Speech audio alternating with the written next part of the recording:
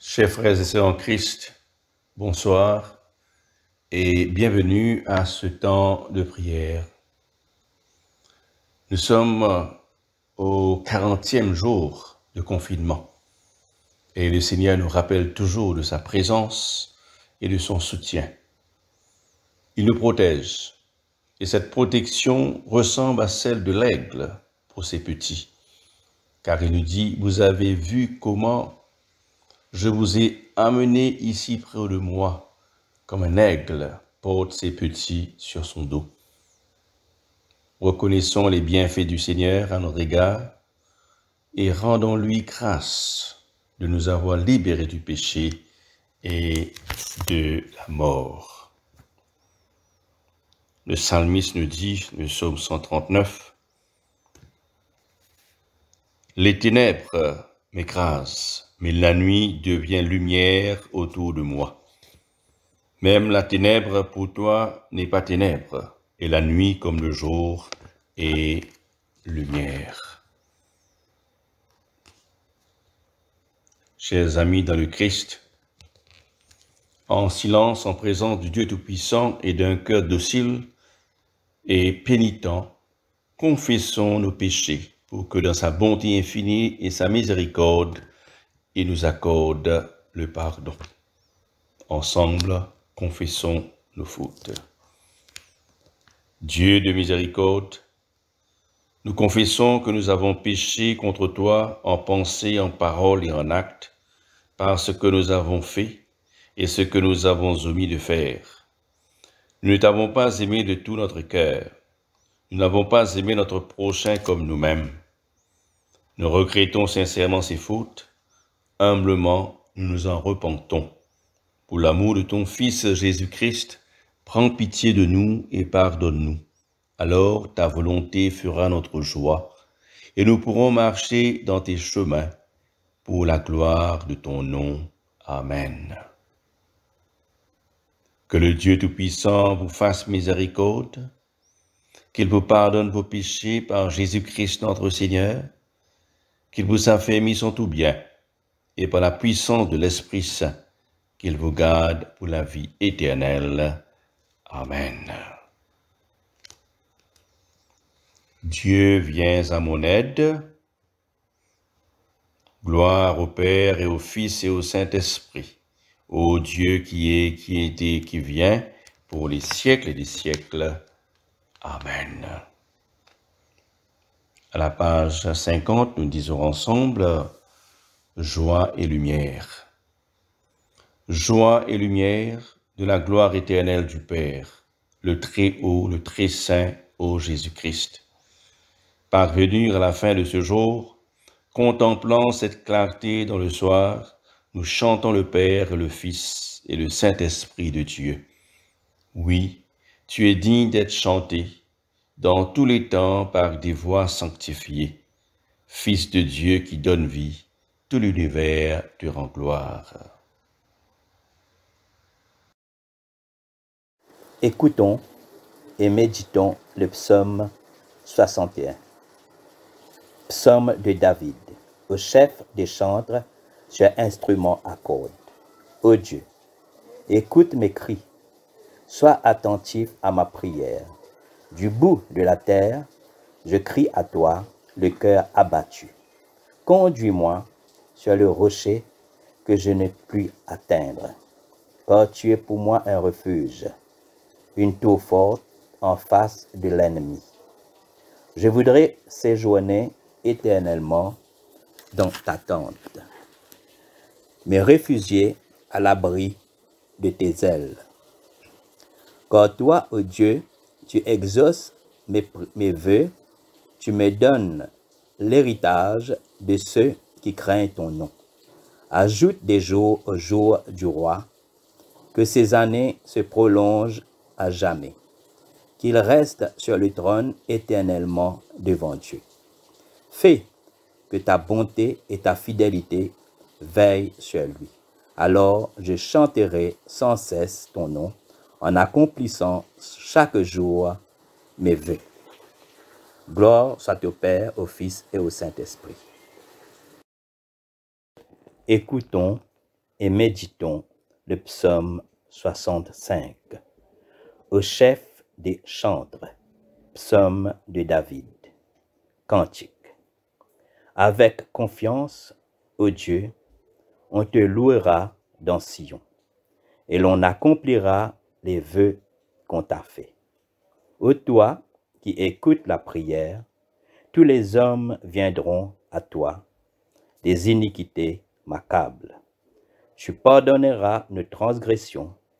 Heureux celui que tu choisis et que tu admets en ta présence, pour qu'il habite dans tes parvis. Nous nous rassasierons du bonheur de ta maison, de la sainteté de ton temple.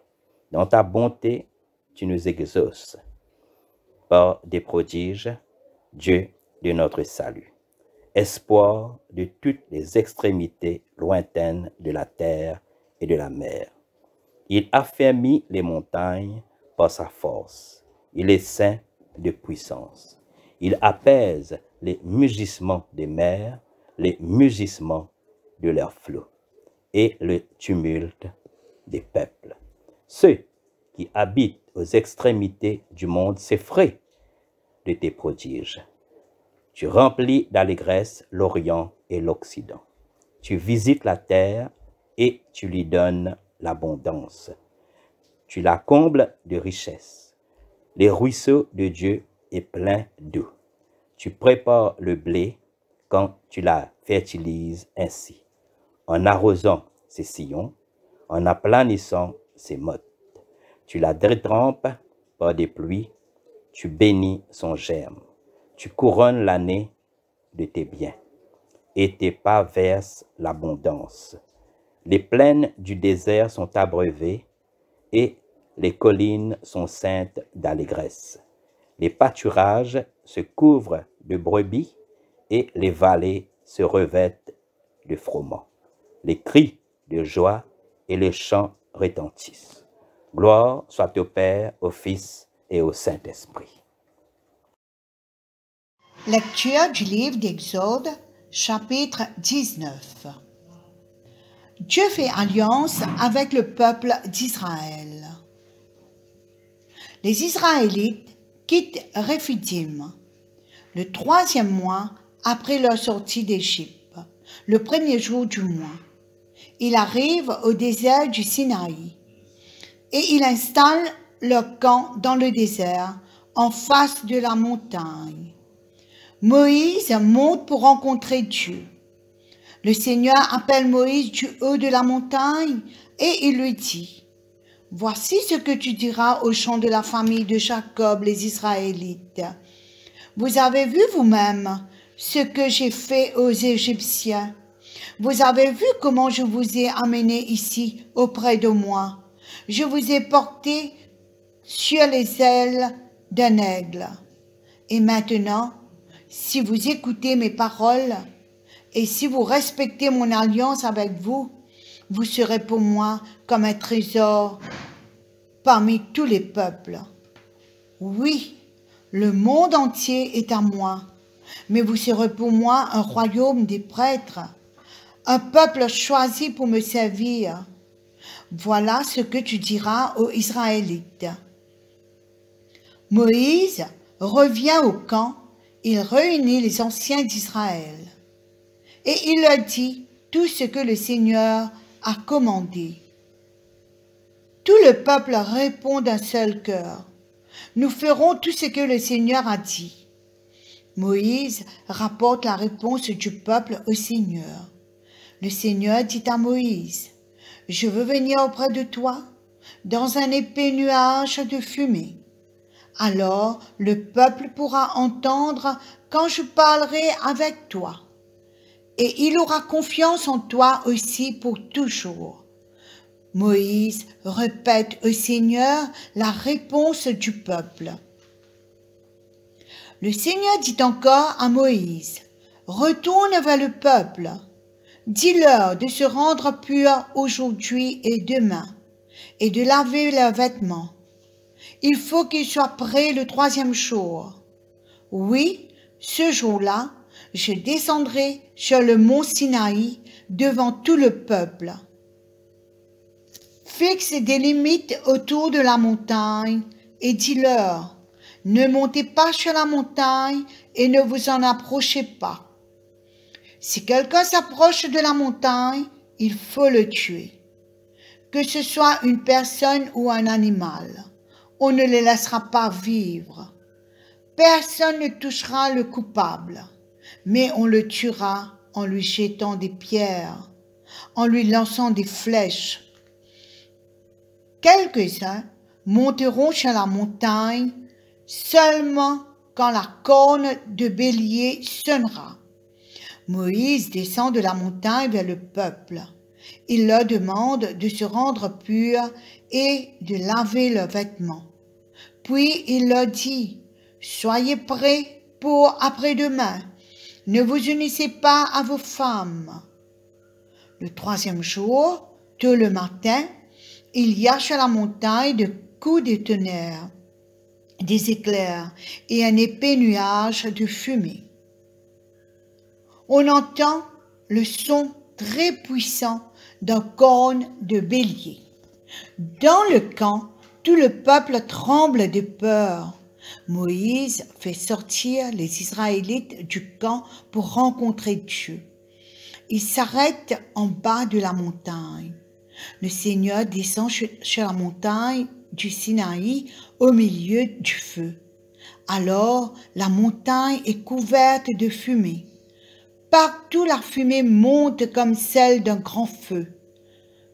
Toute la montagne tremble très fort. Le son de la corne est de plus en plus fort. Quand Moïse parle, Dieu lui répond dans le tonnerre. Le Seigneur descend sur le mont Sinaï au sommet de la montagne. De cet endroit, il appelle Moïse et Moïse monte là-haut. Le Seigneur dit à Moïse, « Descends et donne cet avertissement au peuple. Ne vous précipitez pas pour me voir, sinon beaucoup d'entre vous mourront. Même les prêtres qui peuvent pourtant s'approcher de moi doivent se rendre purs, sinon j'agirai contre eux, moi le Seigneur. » Moïse répond, « Le peuple ne peut pas monter sur le mont Sinaï. En effet, toi, tu nous as avertis en disant, fixe des limites autour de la montagne, ainsi tu la rendras sacrée. » Le Seigneur lui dit, « Descends, puis tu remonteras avec Aaron. Les prêtres et le peuple ne doivent pas se précipiter pour monter vers moi, sinon j'agirai contre eux. » Moïse redescend donc vers le peuple et il leur parle. Parole du Seigneur. Lecture de l'Évangile selon saint Luc, chapitre 1er, commençant à partir du premier verset. Plusieurs ayant entrepris de composer un récit des événements qui se sont accomplis parmi nous, suivant ce que nous ont transmis ceux qui ont été des témoins oculaires dès le commencement et sont devenus des ministres de la parole. Il m'a aussi semblé bon, après avoir fait des recherches exactes sur toutes ces choses depuis leur origine, de te les exposer par écrit d'une manière suivie, excellent Théophile, afin que tu reconnaisses la certitude des enseignements que tu as reçus. Du temps d'Hérode, roi de Judée, il y avait un sacrificateur nommé Zacharie, de la classe d'Abia. Sa femme était d'entre les fils d'Aaron et s'appelait Élisabeth. Tous deux étaient justes devant Dieu, observant d'une manière irréprochable tous les commandements et toutes les ordonnances du Seigneur. Ils n'avaient point d'enfants, parce qu'Élisabeth était stérile, et ils étaient l'un et l'autre avancés en âge.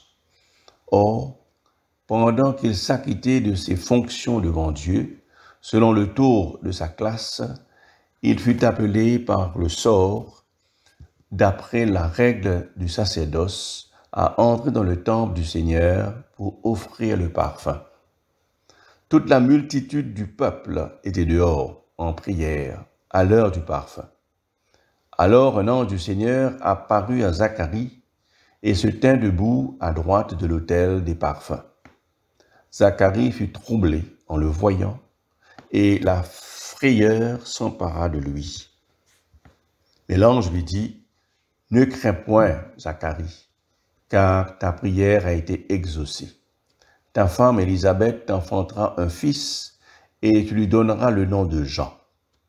Il sera pour toi un sujet de joie et d'allégresse, et plusieurs se réjouiront de sa naissance.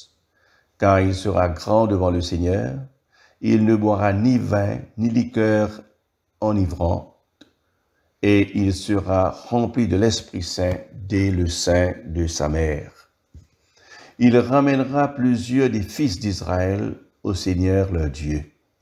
Il marchera devant Dieu avec l'esprit et la puissance d'Élie, pour ramener les cœurs des pères vers les enfants, et les rebelles à la sagesse de juste, afin de préparer au Seigneur un peuple bien disposé. Zacharie dit à l'ange, « À quoi reconnaîtrai-je cela?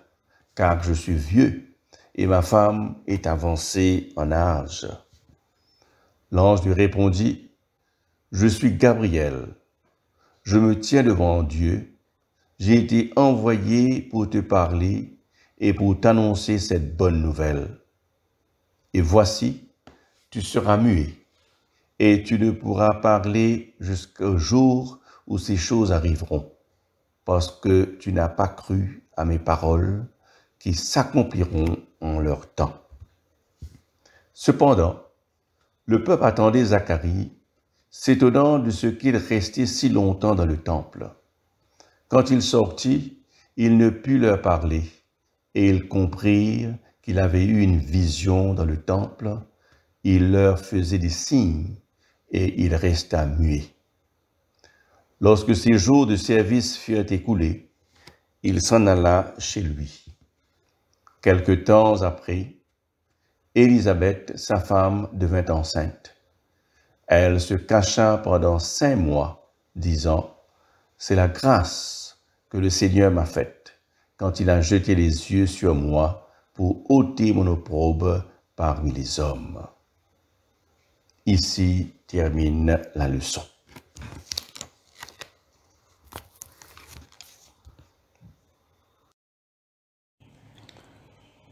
Nous allons avoir une petite réflexion sur l'Exode, chapitre 19. Comme le savez, Dieu a toujours eu un projet d'alliance avec son peuple. Et tout projet nécessite une période de préparation. Et alors, Exode 19 est un temps de préparer les Israélites à entendre les commandements majeurs de Dieu, ces commandements que nous lisons dans le chapitre 20. Tout d'abord, notons le contexte. Les Hébreux libérés d'Égypte ont voyagé pendant un mois dans le désert de l'Égypte. Et voilà, ils se retrouvent au pied du mont Sinaï. Et c'était Moïse, l'homme que Dieu avait choisi pour préparer le peuple à ses commandements majeurs. Alors pourquoi Moïse? C'est que Moïse avait une certaine maturité spirituelle avec Dieu. Moïse avait un grand désir pour Dieu. Dieu appelait Moïse un chef.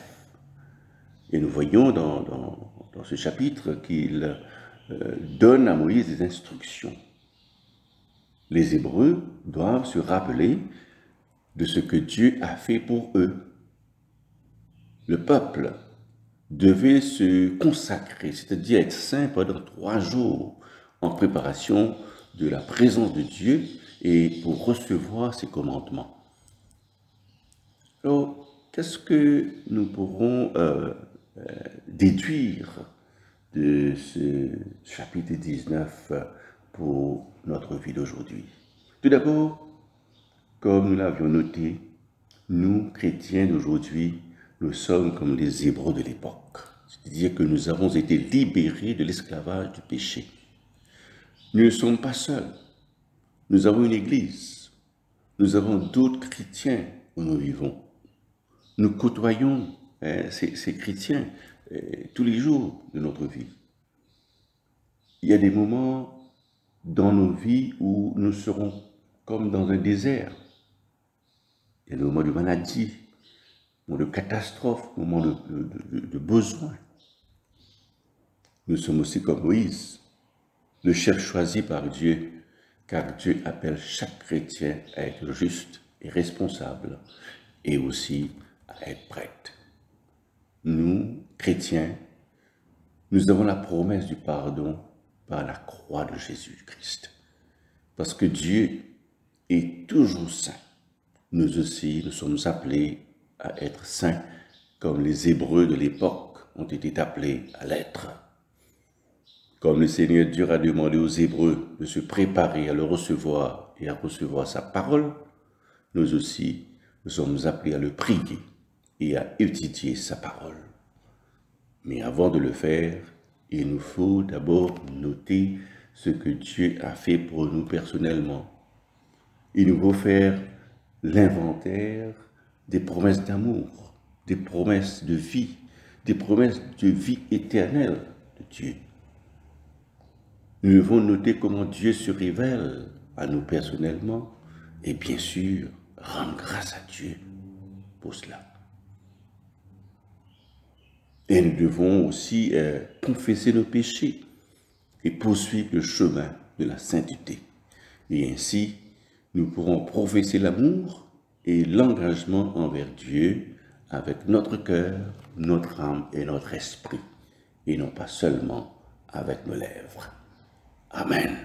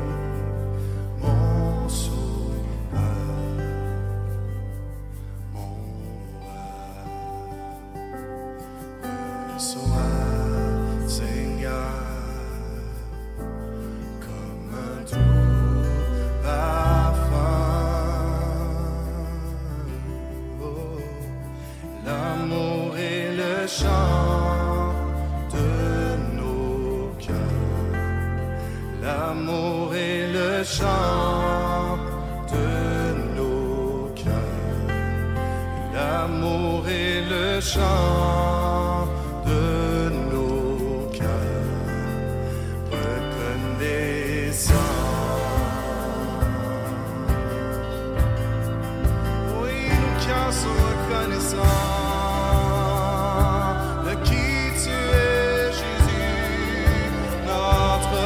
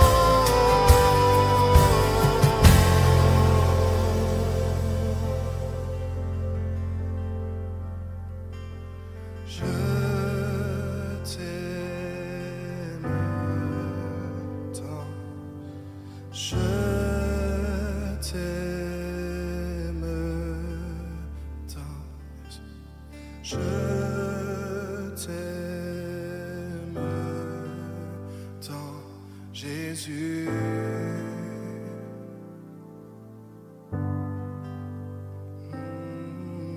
Je t'aime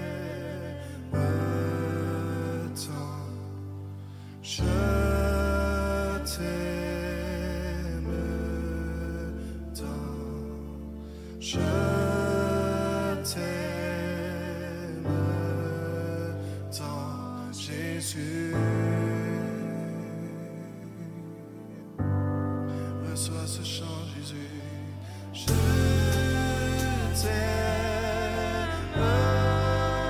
tant, je t'aime tant, je t'aime tant, Jésus.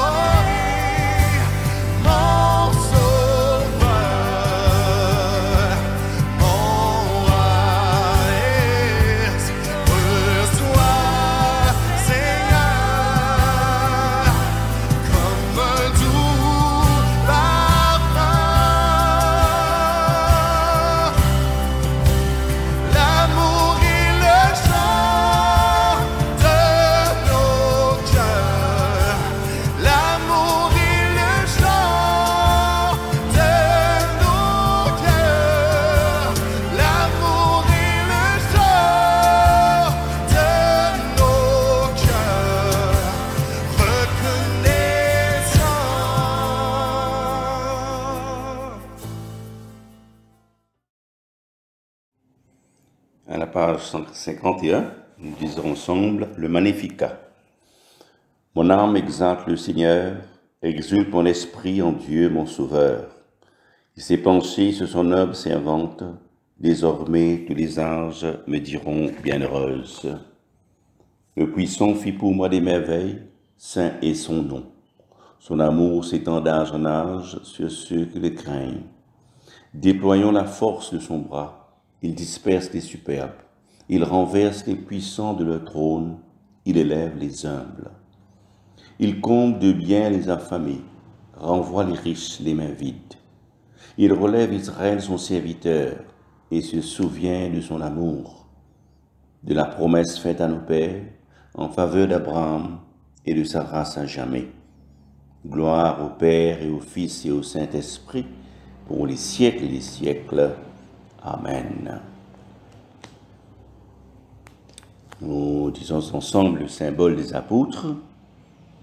Je crois en Dieu, le Père Tout-Puissant, Créateur du ciel et de la terre, et en Jésus-Christ, son Fils unique, notre Seigneur, qui a été conçu du Saint-Esprit, est né de la Vierge Marie, a souffert sous Ponce Pilate, a été crucifié, est mort et a été enseveli, est descendu aux enfers, le troisième jour est ressuscité des morts, et monté aux cieux. Il est assis à la droite de Dieu le Père Tout-Puissant, d'où il viendra juger les vivants et les morts. Je crois en l'Esprit Saint, à la Sainte Église catholique, à la communion des saints, à la rémission des péchés, à la résurrection de la chair et à la vie éternelle. Amen. Le Seigneur soit avec vous. Prions le Seigneur. Ensemble, nous disons la prière que notre Seigneur lui-même nous a enseignée. Notre Père, qui es aux cieux, que ton nom soit sanctifié, que ton règne vienne, que ta volonté soit faite sur la terre comme au ciel. Donne-nous aujourd'hui notre pain de ce jour, pardonne-nous nos offenses, comme nous pardonnons aussi à ceux qui nous ont offensés. Et ne nous soumets pas à la tentation, mais délivre-nous du mal. Car c'est à toi qu'appartiennent le règne, la puissance et la gloire, dans les siècles des siècles. Amen.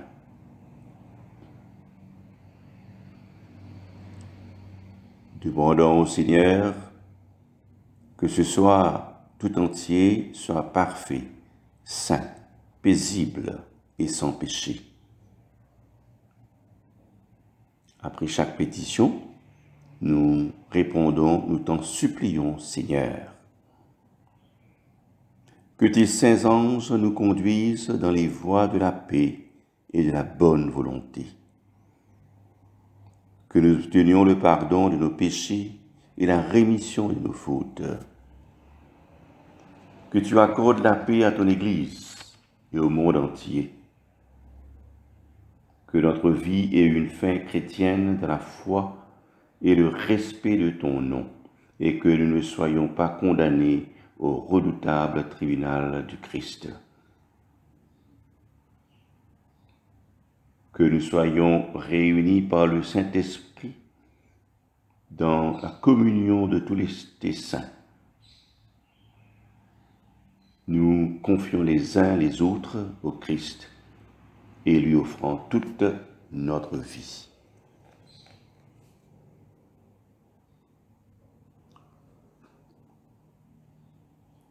Collecte pour la paix.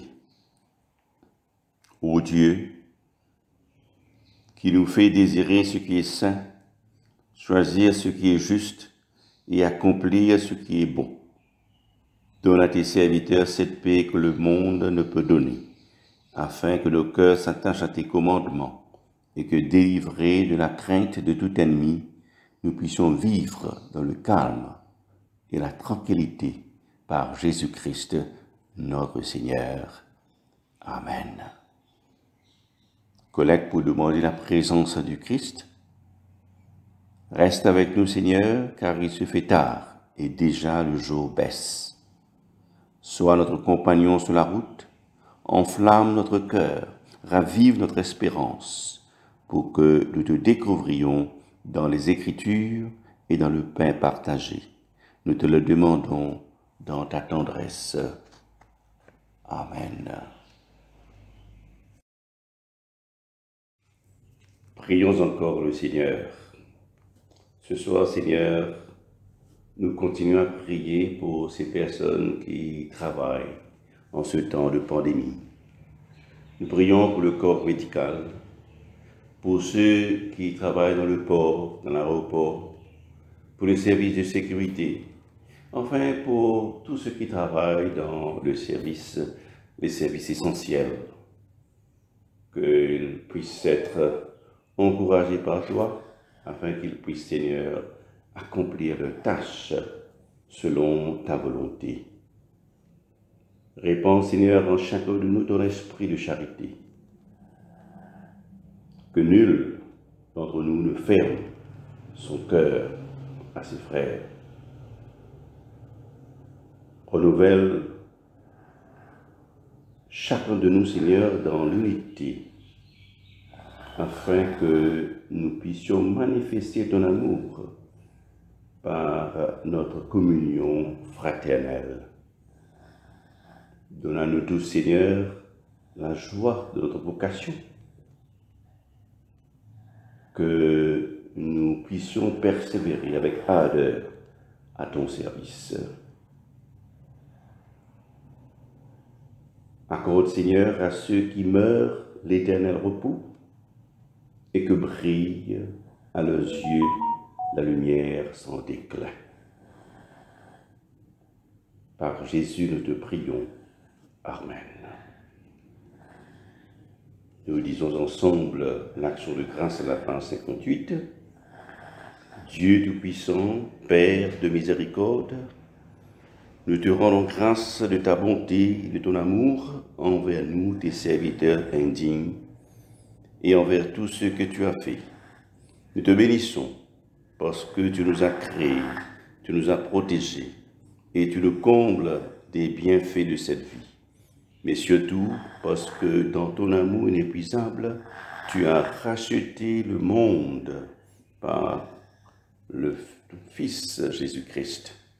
Et tu nous donnes les moyens de recevoir ta grâce et l'espérance de la gloire sans fin.